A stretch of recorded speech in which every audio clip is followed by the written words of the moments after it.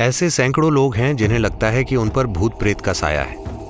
ऐसा एक विज्ञान है जिसके इस्तेमाल से कोई व्यक्ति किसी को नुकसान पहुंचाने के लिए ऊर्जाओं का नकारात्मक उपयोग कर सकता है।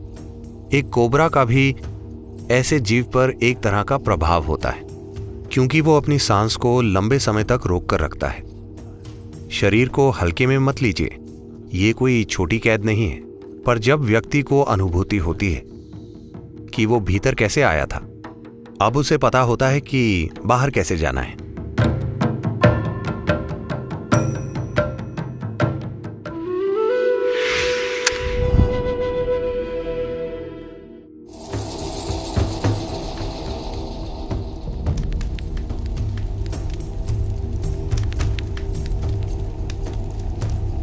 जिस जीव का शरीर छूट चुका है उसका मन समझदार नहीं होता। वो अपनी आदतों के हिसाब से चलता है। उसका कर्मों वाला हिस्सा जो अभी विलीन नहीं हुआ है, वो एक तरह की आदत बनाएगा जो उस जीव को वैसी ही दिशा में ले जाएगी। वैसी दिशा का मतलब है जहां भी ऐसा जीवन हो जो बहुत कम सांस लेता हो। उदाहरण के लिए इमली का पेड़। अगर आप दूसरे पेड़ों को देखते हैं तो आप पाएंगे कि कई पक्षी रात में आराम करने के लिए वहां बैठे होंगे, पर कोई भी पक्षी इमली के पेड़ पर नहीं बैठेगा, क्योंकि इमली के पेड़ के चारों ओर ऑक्सीजन का स्तर बहुत कम होता है। वो जीव एक योगी की दिशा में भी बढ़ सकता है जिसकी अपनी सांसों पर एक तरह की महारत है, क्योंकि वो दूसरों जितनी सांसें नहीं ले रहा। एक कोबरा का भी इस जीव पर एक तरह का प्रभाव होता है, क्योंकि वो अपनी सांस को लंबे समय तक रोक कर रखता है।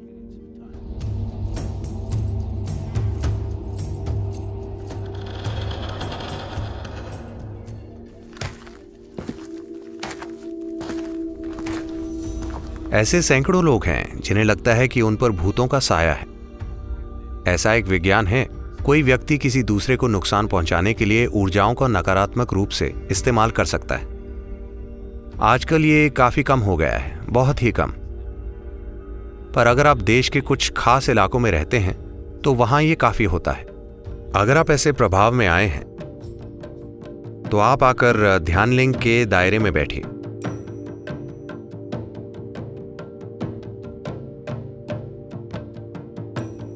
Because there are occult dimensions to Dhyana Linga which just nullifies all this. क्योंकि ध्यान लिंग में तंत्र विद्या से संबंधित आयाम हैं जो इन चीजों का असर खत्म कर देते हैं। पूर्णिमा या अमावस्या पर जब आप चीजों को अच्छे से ग्रहण कर पाते हैं, तब बस एक दिन वहां जाकर बैठिए, ऐसी चीजों का असर खत्म हो जाएगा।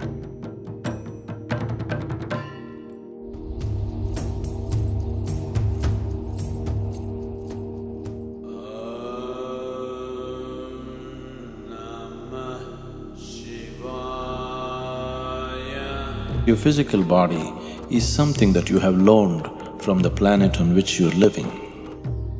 आपने अपना शरीर इस धरती से उधार लिया है। समय आने पर धरती उसे वापस ले लेंगी, लेकिन आपके दूसरे आयाम, खास तौर से आपका कर्मों वाला हिस्सा, वैसा ही बना रहता है।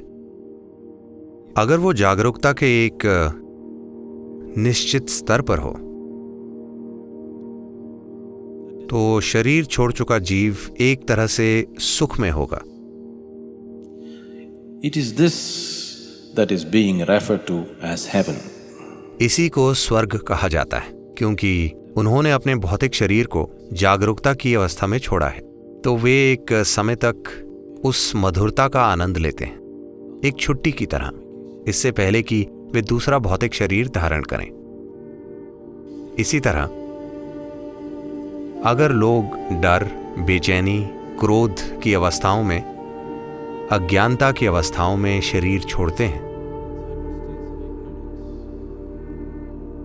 तो कार्मिक शरीर खुद ही एक तरह की अप्रियता धारण कर लेता है।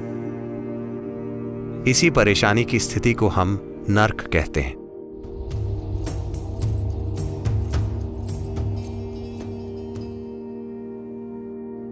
आमतौर पर जब कोई मरता है तो आप कहते हैं वो व्यक्ति अब नहीं रहा, लेकिन वे सच नहीं है। अब वो वैसा नहीं है जैसा आप उसका अनुभव करते थे, पर अभी भी कई दूसरे तरीकों से वो मौजूद है। शरीर को हल्के में मत लीजिए, ये कोई छोटी कैद नहीं है। जब तक आप इसे तोड़ नहीं देते, आप इसे छोड़ नहीं सकते, है ना? पर जब व्यक्ति जान जाता है कि वो अंदर कैसे आया था, तो अब वो बाहर निकलना जान जाता है। अगर कोई व्यक्ति सचेतन रूप से शरीर को कोई भी नुकसान पहुंचाए बिना उसे छोड़ता है, जैसे आप अपने कपड़े उतारते हैं, अगर आप अपने शरीर को पूरी चेतना में छोड़ते हैं, तब हम कहते हैं कि ये महासमाधि है। जब कोई व्यक्ति इस तरह जाता है तो यही अंत है। अब वो सच में नहीं रहा। जिसे आप मैं कहते थे वो विलीन हो गया और सृष्टि का हिस्सा बन गया। शून्य से शून्य तक की यात्रा पूरी हो गई।